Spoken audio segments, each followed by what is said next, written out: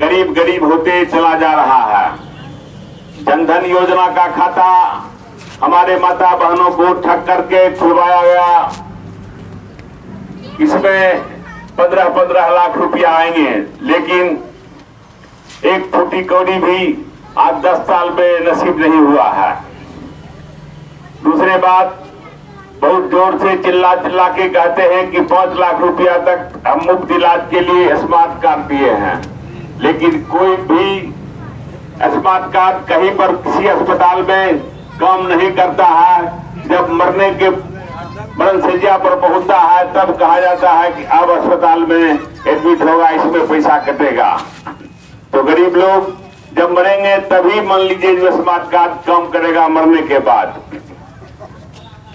झूठ का ढकोसला और हम लोग को 5 किलो अनाज के लिए लाइन में लगा खड़ा करते हैं। हम लोग को शिक्षा चाहिए, स्वास्थ्य चाहिए, आवास चाहिए, रोजगार चाहिए बच्चों को, न कि कटोरा लेकर के 5 किलो अनाज चाहिए और महीने भर मुंह दर्शक बना रहे हैं उनका।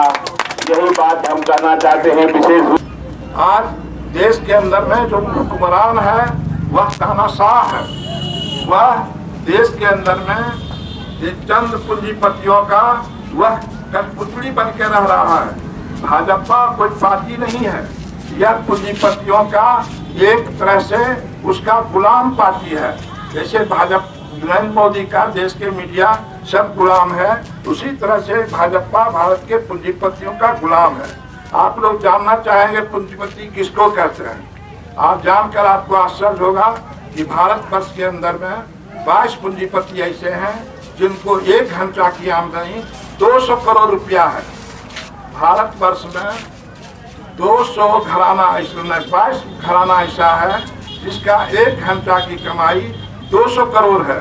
और भारत वर्ष में 125 करोड़ लोग ऐसे हैं जिनकी आमदनी 1 घंटा में 5 रुपया है। इतनी विषमता है देश के अंदर में। देश में जो विषमता है, यह विषमता आप लोगों को समझना पड़ेगा कि आज भारत वर्ष के 70 वर्ष की आजादी के बाद भी आज एक कक्षा में 100 लोग रहते हैं और 100 बीघा में 1 लोग रहते हैं।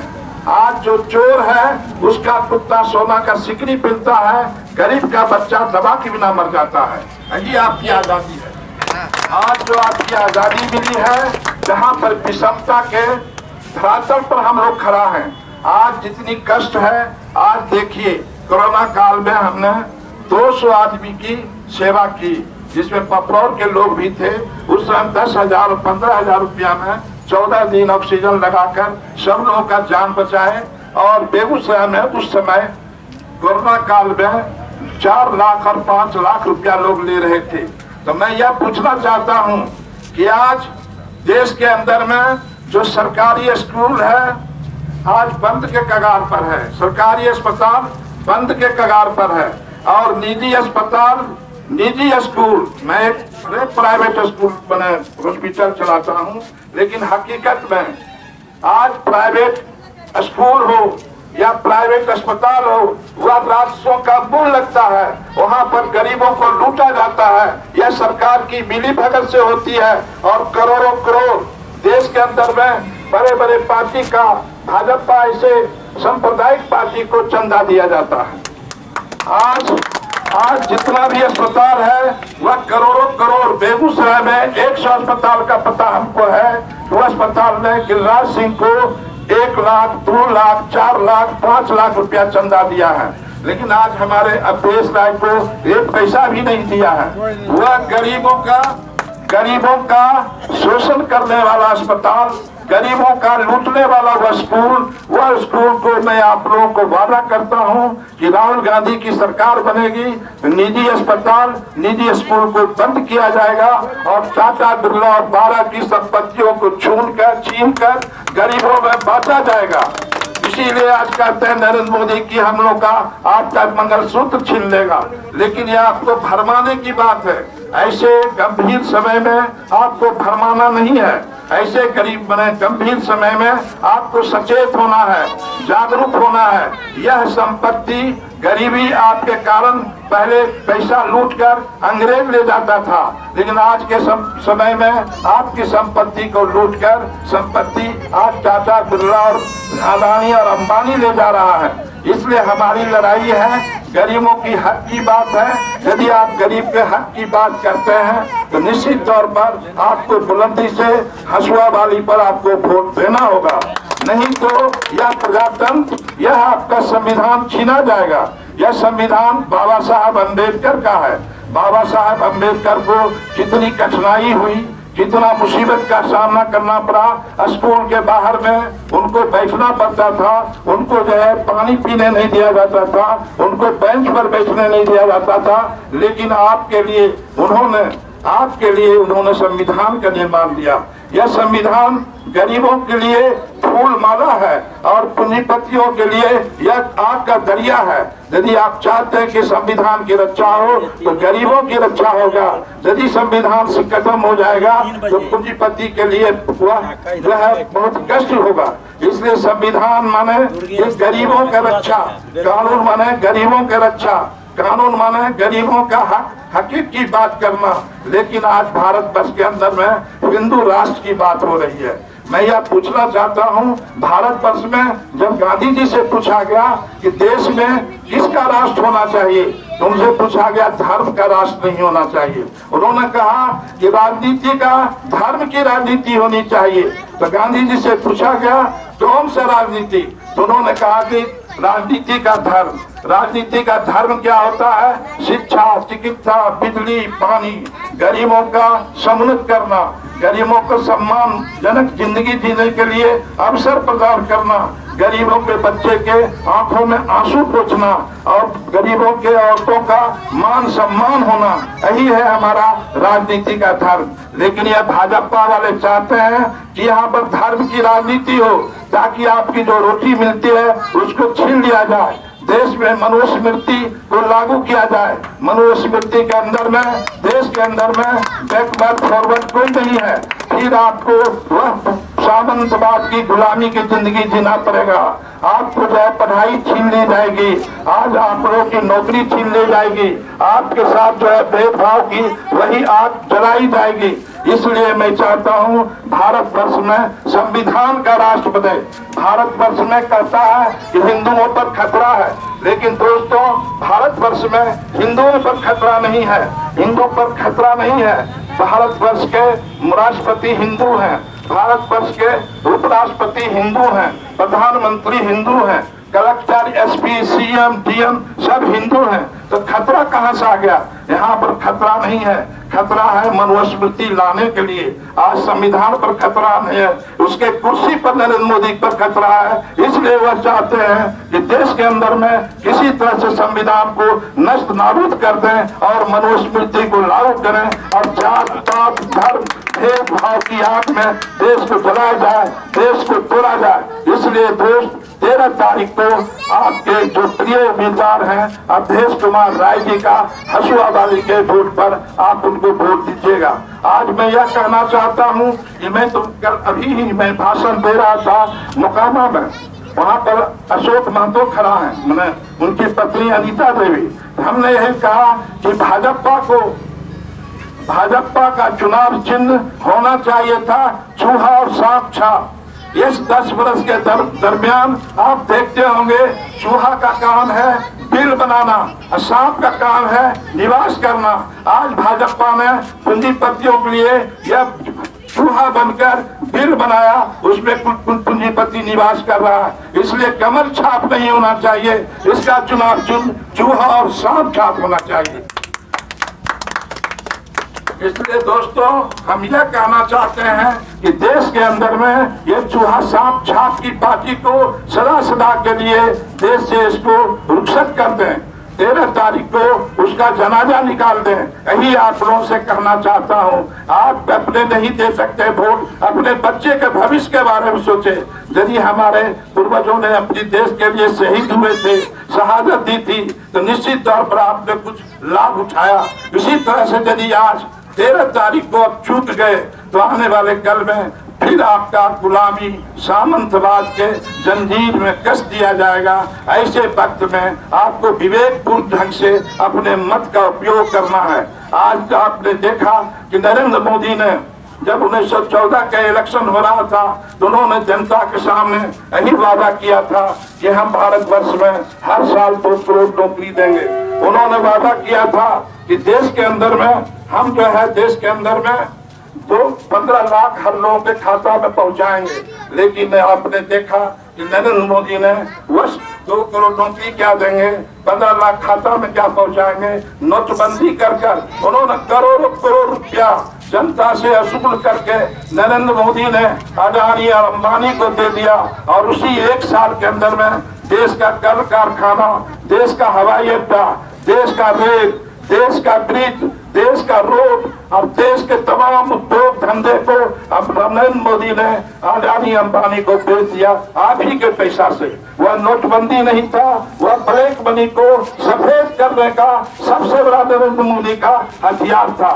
इसलिए दोस्तों, यह देश का दलाली करने वाला, अंग्रेजों का दलाली करने वाला भाजपा RSS सब दिन है। आपको जानकर आश्चर्य होगा 1942 में 1 से 1 लोग मरे, उस समय आंदोलन किए तो जानकर आश्चर्य होगा कि आपको RSS के लोग, हिंदू महासभा के लोग ने 1 लाख लोग को पकड़कर उसने फांसी का सजा दिलवाया। यह भाजपा अंग्रेजों की दलाल पार्टी है। जिस तरह अंग्रेजों ने भारतवर्ष में हिंदू मुस्लिम सिख ईसाई करके भेद कर देश को 200 वर्ष लूटा, वही रास्ता पर आज भाजपा चल रहा है कि देश में हम चलकर हिंदू मुस्लिम सिख ईसाई कर मुख्य मुद्दा जो आपकी है वो महंगाई, बेरोजगारी, भ्रष्टाचार, उससे आपको उलझा कर रखें। यदि दोस्तों आप चाहते हैं कि आप यदि देश में क्रांति लाना चाहते हैं तो क्रांति के लिए मुद्दा की बात करना पड़ेगा। यदि आप क्रांति की बात करना चाहते हैं तो आपको हिंदू मुस्लिम बैकवर्ड प्रोग्राम करना पड़ेगा। इसलिए ऐसे समय में आपको सचेत होना है कि आप क्रांति की बात करेंगे कि भ्रांति की बात करेंगे। नरेंद्र मोदी भ्रांति का रूप है, राहुल गांधी देश में क्रांति का रूप है। इसलिए क्रांति के रूप में हसुआबादी को वोट देकर राहुल गांधी के हाथ को मजबूत करें। दोस्तों, आज हमारी माँ बहनों के साथ आज किसानों की जीवन कितना कष्टदायी है। 200 किसान यहाँ पर हरियाणा बॉर्डर में, दिल्ली के बॉर्डर पर 200 किसान मर गए। वह उनकी यही मांग थी किसानों की कि हमको अंदर में MSP मिले, मिनिमम हम लोग को सपोर्टिंग प्राइस मिले।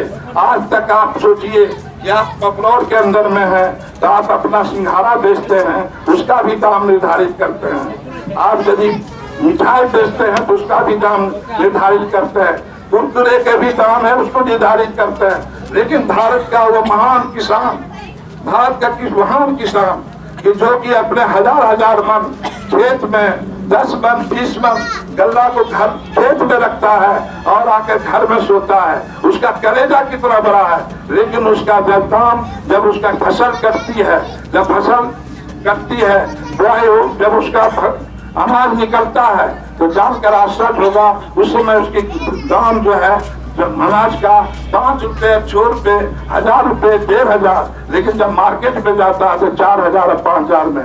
किसानों के साथ कितना बड़ा अन्याय है, किसानों को कमर तोड़ा जाता है। इसलिए इस सरकार में, राहुल जी के सरकार में निश्चित तौर पर किसानों का एक कानूनी वैधता दी जाएगी और MSP दिया जाएगा। किसानों का स्वामीनाथन कमीशन का रिपोर्ट को लागू किया जाएगा। इसलिए दोस्तों, आप जो है 13 तारीख में भारत का तकदीर लिखेंगे या गुलामी की तकदीर लिखेंगे। आप यदि चाहते हैं कि देश में हम आजादी की तकदीर लिखें, गरीबों के हित और हक की बात करें, यदि किसानों का MSP की बात करें, हर जो 22 करोड़ लोगों, 22 परिवारों को जो अरबों रुपया दिया गया, इसमें करोड़ों लोगों को राहुल गांधी का जो स्वप्न है उनको जो है लाखपति बनाएंगे। 22 करोड़ 23 करोड़ लोगों का महिसाल में पैसा लाख रुपया दिया जाएगा। युवाओं का नौकरी के लिए, स्टाइपेंड के लिए 1 लाख का साल में दिया जाएगा। इसलिए आने वाले कल में आप चाहते हैं कि हमारा बेटा हर तरह से, हमारा बेटा का भविष्य सुनिश्चित हो, हमारा बेटा का भविष्य हर तरह से सुरक्षित हो, महफूज हो। इसलिए आप 13 तारीख को आज जो है नरेंद्र मोदी ऐसे झूठा राक्षस रावण को भी, रावण से तुलना करना भी खराब है, इसलिए कि रावण के अंदर में इसलिए तुलना नहीं किया था, रावण के पास भी मर्यादा था। क्योंकि आप देखिए कि प्रज्वल रमन्ना ने कितने हमारी माँ बहनों के साथ, हजारों हजार लोगों के साथ किस तरह से बदसलूकी किया। इसलिए हम दोस्तों चाहते हैं कि प्रज्वल रमन्ना का बदला लेने का टाइम है। मणिपुर के महिलाओं के साथ, हमारी माँ बहनों के साथ जो हुआ, हमारे किस पहलवान बहनों के साथ जो हुआ, उसका बदला लेना है। और 13 तारीख को हसुआ और बाली के चुनाव चिन्ह पर मोहर देना है। यदि आप चाहते हैं कि देश के अंदर में हमारा पंचायती राज हो, गरीबों का उत्थान हो, हमारा संविधान के अंदर में हमारी माँ बहनों का सम्मान बढ़े, तो आपके पास यही चुनने का वक्त है। एक तरफ अंधेरा है, एक तरफ उजाला है। उजाला आज राहुल गांधी गठबंधन है, एक तरफ अंधेरा है रामविलास पासवान हो, या आप उसके अंदर में सम्राट चौधरी हो, या विजय कुमार सिन्हा हो, या नीतीश कुमार। नीतीश कुमार तो एक तरह से मेंटली वह बीमार आदमी है, उनको बोलना क्या है, बोल देते हैं क्या। लेकिन हकीकत में 3 आदमी को इतिहास कभी माफ नहीं करेगा। एक है नीतीश कुमार, जिसने सांप्रदायिक दलों के नाली में बैठकर बिहार को बर्बाद किया है। यदि बिहार में सांप्रदायिक और तानाशाही पार्टी को जिंदा करने वाला कोई है तो उसका नाम है नीतीश कुमार। इसलिए नीतीश कुमार को आपको सजा देना है, नीतीश कुमार को अच्छी तरह सजा देना है। 13 तारीख को हसुआ वाली के चिन्ह पर आप वोट देकर। इसलिए नीतीश कुमार भारत वर्ष के सबसे बड़ा अस्थिर, सबसे बड़ा पूंजीपति का मुखबिरी करने वाला, बिहार के मान सम्मान के साथ धोखा देने वाला, बिहार के मान सम्मान युवा वर्गों के भविष्य के साथ खिलवाड़ करने वाला नीतीश कुमार को आप परास्त करें, यही कहना चाहता हूँ। जय हिंद, जय भारत। सीपीआई के सभी समर्थकों ने अपना अपना राय विचार दे रहे हैं, और आप लोग अपना मत किसे दीजिएगा कमेंट बॉक्स में हमें ज़रूर बताइएगा। दोस्तों, इस वीडियो को ज़्यादा से ज़्यादा शेयर कीजिए।